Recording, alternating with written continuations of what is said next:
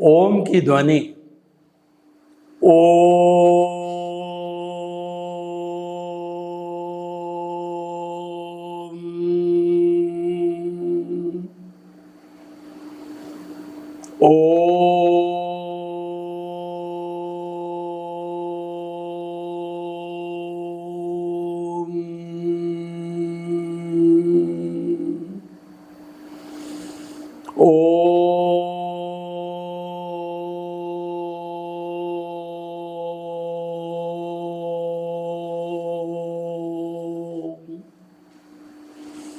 महाप्राण ध्वनि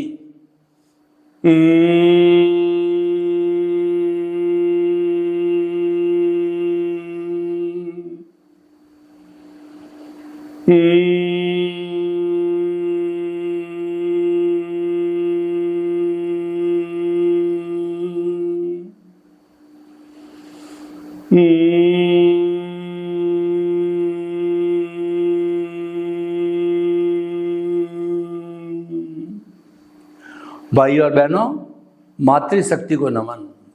आज का हमारा बहुत सुंदर विषय है। जो प्राप्त है वह पर्याप्त है। इसका अर्थ ये हुआ कि हमारे जीवन में जो कुछ मिला है उसमें हमें संतुष्ट होना चाहिए, और जो नहीं है हमारे पास में उसका रोना रोना, उसका आर्त ध्यान करना, उसको हर क्षण याद करना कि मुझे जो फला चीज़ मिल जावे, फला व्यक्ति मिल जावे, मैं ऐसा हो जाऊं, मुझे पद मिल जावे, प्रतिष्ठा मिल जाए। तो ऐसा सिर्फ ध्यान करने से, बार बार याद करने से हमारा मूड खराब हो जाता है, हम असंतुष्ट हो जाते हैं, हमारा मानसिक बैलेंस बिगड़ जाता है, हमारे मानसिक अशांति हो जाती है और हमारी एफिशिएंसी डाउन हो जाती है। इसीलिए जो हमारे चार बड़े शत्रु हैं, जो क्रोध, अहंकार, माया, लोभ है, इसका शमन करना चाहिए। ये साधना है। अगर कोई व्यक्ति साधना करना चाहता है उसको सम, शम और शम की नीति पर चलना चाहिए। सम का अर्थ का मतलब समभाव रखना। आप प्रज्ञा पुरुष बनो, आप स्थित प्रज्ञ बनो, आप थर्ड आई खोलो, आपका तीसरा नेत्र खोलो, आप कुंडलिनी जागरण करो, आप ज्ञान की प्राप्ति करो और उसकी प्राप्ति करके और संभाव रखो। यानी लाभ हानि और तिरस्कार सम्मान, सुख दुख, धूप छांव, थोड़ा ज़्यादा, हर स्थिति के अंदर एक सा रहना, हर स्थिति को एक सा रखना, उसके अंदर राग द्वेष पैदा नहीं करना। राग द्वेष का न होना संभाव कहलाता है। हमारे भावों में दोनों परिस्थितियों के रूप के लिए समता रहनी चाहिए, वो संभाव कहलाता है। दूसरा श म, शंकर वाला श का मतलब शमन करो। हमारे भीतर बड़े बड़े नाग बैठे हैं। क्रोध बड़ा नाग, जहरीला, अहंकार उससे भी बड़ा नाग, और माया वह भी नाग है, और लोभ जो आज हमारा विषय है वह भी एक नाग है। तो क्रोध को क्षमा भाव से जीतो।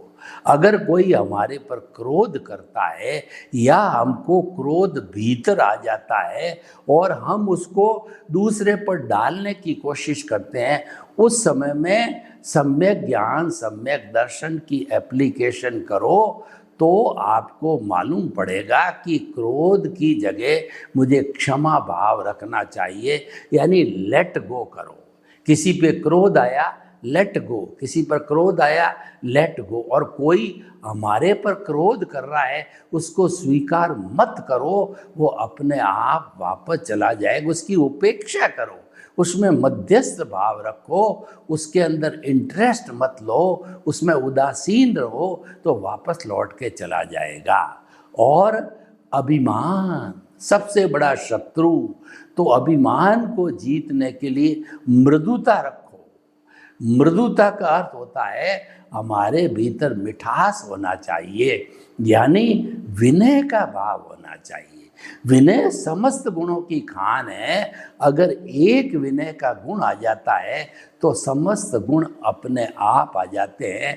और क्रोध, अहंकार, माया, लोभ में से एक अवगुण अगर हमारे पास आ गया तो बाकी के 3 बैकडोर्स एंट्री से आ जाएंगे और पूरा एक मोह का संसार बन जाएगा। एक को एंट्री दे दो तो बुराइयों की जड़ लग जाएगी और बुराइयां बढ़ती जाएगी। माया, माया एक अवगुण है। ये छल कपट है। किसी को कुछ बोल दिया, भाई भाई के बीच में झगड़ा करा दिया, देश देश के बीच के अंदर झगड़ा करा दिया, शंका पैदा कर दी, मिसअंडरस्टैंडिंग पैदा कर दी और लोगों को लड़ा दिया। तो इससे दूर रहना चाहिए, सरलता होनी चाहिए। हमें किसी के प्रति भी जो है सरलता का भाव रखना चाहिए। हमें जो कहना चाहिए कुटिलता का भाव नहीं रखना चाहिए। माया है। और जो आज का विषय लोभ है, लोभ को जो है संतोष से जीतो, संतोषम परम सुखम।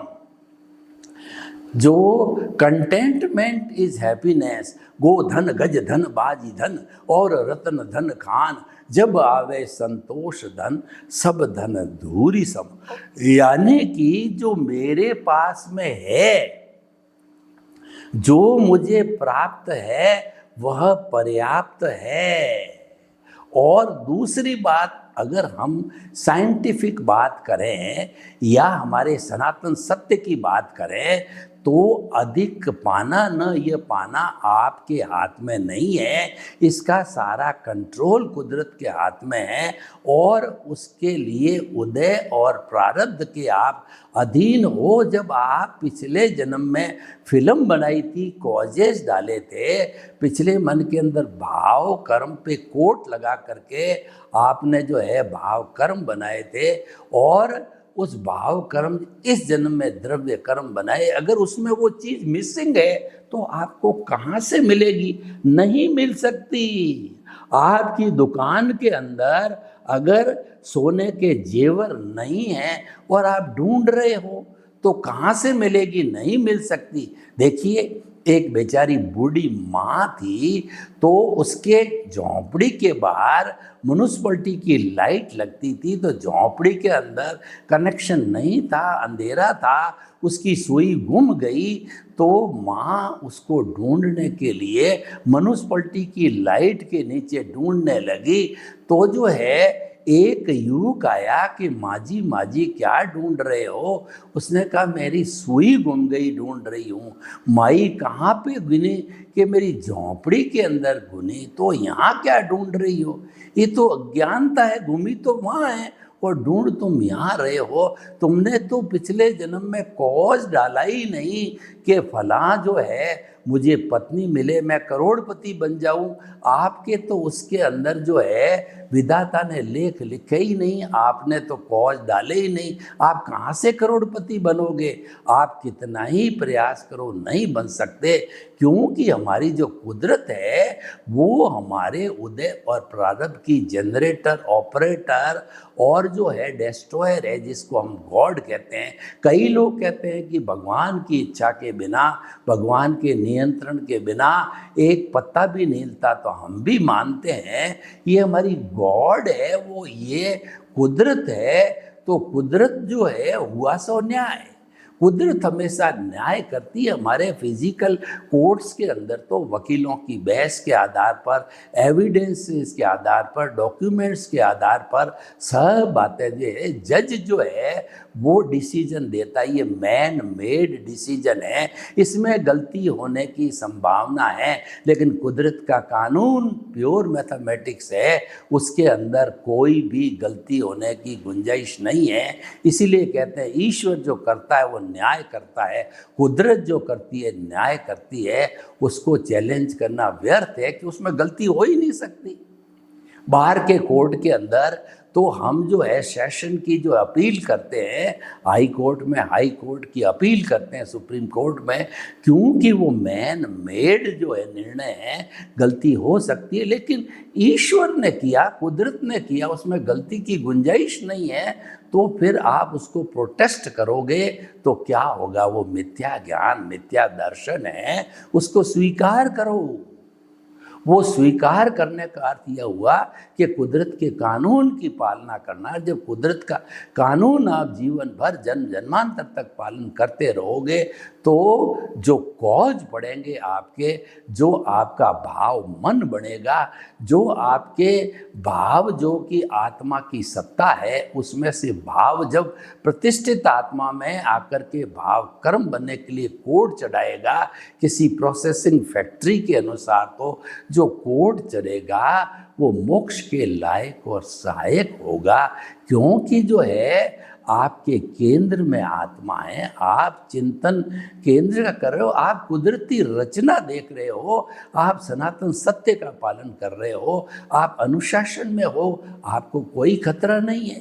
देखिए लक्ष्मण रेखा लक्ष्मण ने खींची थी सीता माँ के लिए कि हम जो, मैं जो है, तुम कह रही हो मैया कि बार बार तुम जो आवाज़ आ रही है वो एक षड्यंत्र था राम के, जो है बचाव मांग, तो जो है राम जो आपकी मदद मांगता है तो तुम जाओ जाओ।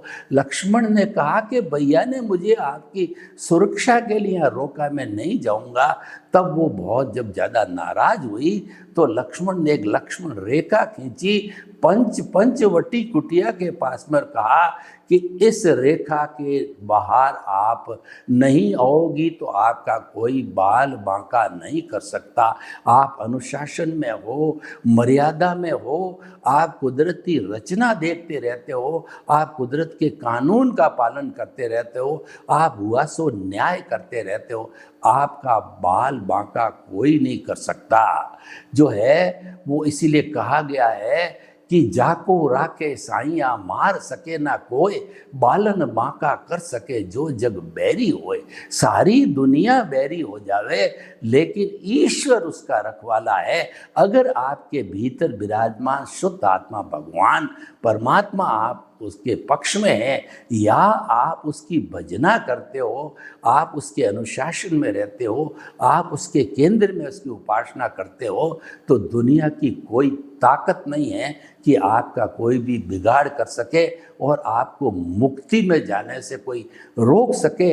आपको शाश्वत सुख की प्राप्ति करने की नींव लगाने में या स्नेह आने वाले जन्मों में प्राप्त करने में आपको कोई रोक नहीं सकता। तो भाइयों और बहनों, हमारा सनातन सत्य सिद्धांत के ऊपर आधारित है। सिद्धांत भारत में विश्व के 210 कंट्रीज के अंदर बदलता नहीं है, सब एक सा सिद्धांत रहता है। जैसे कि 1+1 जो है =2 होते हैं, तो चाहे अमेरिका में 1+1 करो, चाहे रशिया में करो, चाहे US UK में करो, वो 1+1 तो 2 ही रहेगा। इसका अर्थ ये हुआ कि हमारा जो सिद्धांत है, सनातन सत्य है, वो ultimate reality of this universe है। और देखिए जो यूनिवर्स को चलाने वाली माँ कुदरत है वो महासमुंदर है।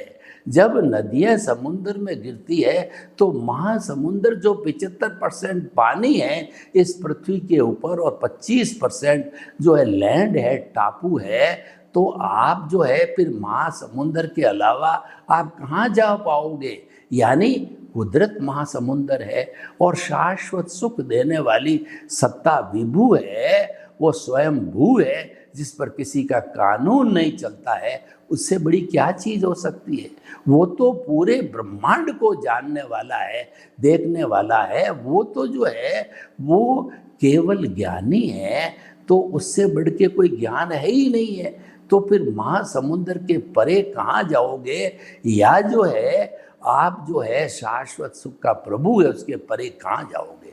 तो हमने दोनों जो समुंदर है उन समुंदर को हमने हमारा जो कहना चाहिए एक सिद्धांत का माध्यम बनाया और उसमें से निकलने वाली रश्मियाँ उसमें से निकलने वाले गोभी के पत्ते में से पत्ता, पत्ते में से पत्ता, प्याज की झिल्ली में से झिल्ली, झिल्ली में से झिल्ली, यानी अनंत ज्ञान है हमारी चेतन अवस्था के पास में। और उस ज्ञान का जो भुगतान कराने वाला है, साधन है, वो कुदरत है। साध्य और साधन है।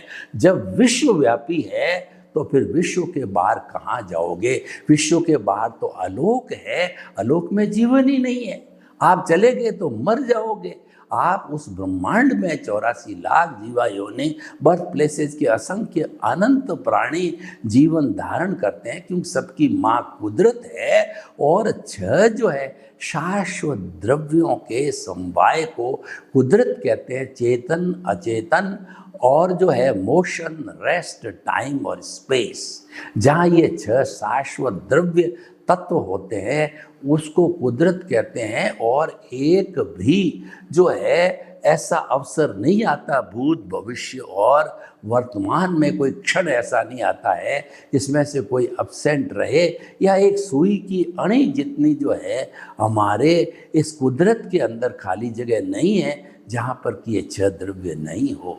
तो महासमुंदर की हमने व्याख्या की, और हमारी शुद्ध आत्मा भगवान के बराबर जो ज्ञान है वो ज्ञाता है, दृष्टा है, वो अनंत ज्ञान वाला, अनंत दर्शन वाला, अनंत शक्ति वाला, अनंत सुख का धाम है। तो फिर उसके बाद कुछ है ही नहीं। हमने तो अल्टीमेट रियलिटी दे दी आपको, उसके बाद में क्या हो सकता? तो भाई और बहनों, जो हमको प्राप्त है उसको पर्याप्त मानो। उससे 1% भी अतिरिक्त पाने की इच्छा मत करो। आप तो निष्काम कर्म करो। गीता की थ्योरी के अनुसार वो क्या कहती है कि कर्म आपको करना पड़ेगा, पीछे से लेकर के आए हो, उदय प्रारब्ध के अधीन और कुदरत के साधन जुटाने, यानी कि कुदरत के संजोग जुटाने के अनुसार वो कर्म आपको करना ही पड़ेगा। मैं ही शब्द का उपयोग करता हूँ, यानी जन्म लेने वाला हर प्राणी, छोटा बड़ा प्राणी, वो उदय प्रारब्ध के अनुसार वो कर्म करता ही रहता है। रात्रि के अंदर जब हम कहना चाहिए कि हम जब वो जो है हम स्वप्न देखते हैं, उस वक्त भी हम कर्म करते हैं।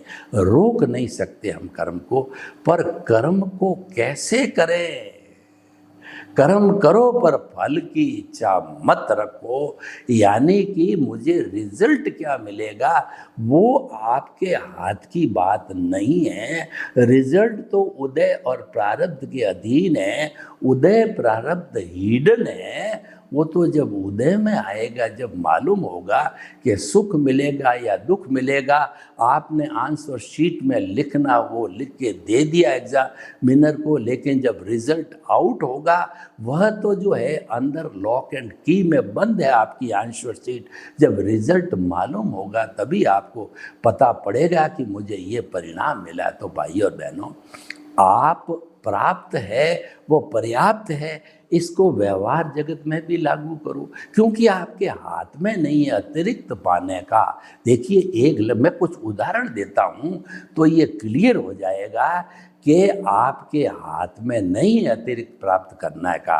देखिए, आप जो है अभी लखपति है और बड़ा प्रोजेक्ट लगा दिया, आप करोड़पति बनना चाहते हो, आपने सेल को बढ़ाया और आपने सब जो है प्रिकॉशंस ले ली, लेकिन प्रॉफिट नहीं हुआ, आप करोड़पति नहीं बने। एक विद्यार्थी स्टूडियस है, उसमें अर्हता है प्रथम आने की, मेहनत भी खूब करता है, लेकिन पंच संवाय वो क्या है? वो है काल, स्वभाव, कर्म, पुरुषार्थ, नियति कहिए, या जो हमारा द्रव्य, क्षेत्र, काल, भाव और भव कहिए। कोई एक फैक्टर मिसिंग हो जाता है, नियति मिसिंग है या काल मिसिंग है, तो वो प्रथम नहीं आ सकता। तो पहले से ही जो है आप परिणाम आपके हाथ में नहीं, आप एग्जामिनर हो नहीं, तो परिणाम की आप इच्छा क्यों करते हो? उस इच्छा के वशीभूत होकर के, आर्त ध्यान करके, बार बार याद करके कि मुझे ये प्राप्त हो जावे, मैं करोड़पति बन जाऊं, मैं नेता बन जाऊं, मैं प्रधानमंत्री बन जाऊं और मैं जो है विश्व का सबसे बड़ा व्यक्ति बन जाऊं, तो आप ऐसी जो है फल की इच्छा क्यों करते हो? जब आपके हाथ में ही नहीं है तो व्यर्थ में क्यों करते हो? ये व्यर्थ का जो काम है वो मिथ्या ज्ञान, मिथ्या दर्शन और मोहनीय कर्म है, जो घाती कर्म से जुड़ा हुआ है, जो हमारा जो कहना चाहिए ज्ञानावर्णीय, दर्शनावर्णीय, मोहनीय और अंतराय कर्म। अंतराय तो बेचारा एक जो है वो रस्सी की तरह तीनों को बांधे रखता है और तीनों टूट जाते हैं, तो अंतराय रूपी रस्सी ऑटोमेटिकली टूट जाती है। तो भाइयों और बहनों, तीनों हैं, हमको ये एकांत पाप है और तीनों हमको भव भवांतर के अंदर भटकाते रहते हैं और ये हमारे से कर्म कराते हैं। हम कहते हैं कि हम पुरुषार्थ करते हैं। अरे लट्टू के डोरा लगाया और जो है वो लट्टू समझता है कि मैं नाचा, आपको नचा, आप कठपुतली की तरह नाच रहे हो। आपका जो उदय प्रारब्ध है वो तो कुदरत के हाथ के अंदर है। को सुख को दुख देत है, कर्म देत झकझोर, उर्जत सुरजत आप ही ध्वजा पवन के फेर। और रंग मंच है जगत है और कर्म खिलावना हार, और नाना रूप बनाए के और चेतन खेलना हार।